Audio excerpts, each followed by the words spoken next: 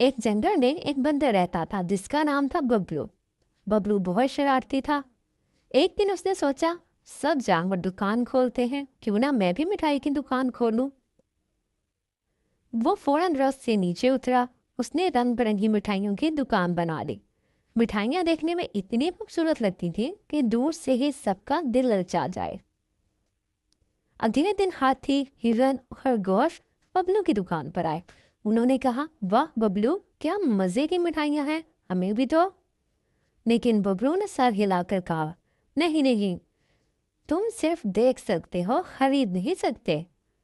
सब जानवर हैरान रह गए। हिरन ने कहा, अगर हम खा नहीं सकते तो देखने का क्या फायदा। और सब जानवर अफसरदा होकर वापस चले गए। बबलू खुश था कि इसकी मिठाइयों की सब तारीफ कर रहे थे। लेकिन शाम को एक कबूतर उड़ता हुआ आया और हंसते हुए बोला, बबलू, दुकान का क्या मकसद है? लोगों को खुश करना और ज़रूरत पूरी करना या सिर्फ दिखावा करना? बबलू ने हैरत से कहा, मैंने तो सोचा था तारीफ मिलेगी तो मज़ा आएगा।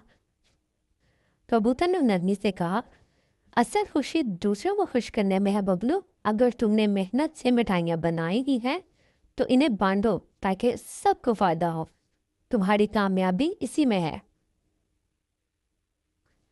बबलू को अपनी गलती समझ आ गई। अगले ही दिन इसने अपनी दुकान पर एक नया बोर्ड लगाया, मिठाइयाँ सबके लिए हैं, आए और मजा लें। अब जंगल के सब जानवर आए, मिठाइयाँ खाएं और खुशी खुशी तारीफ भी की। बबलू के दिल को सुकून मिला।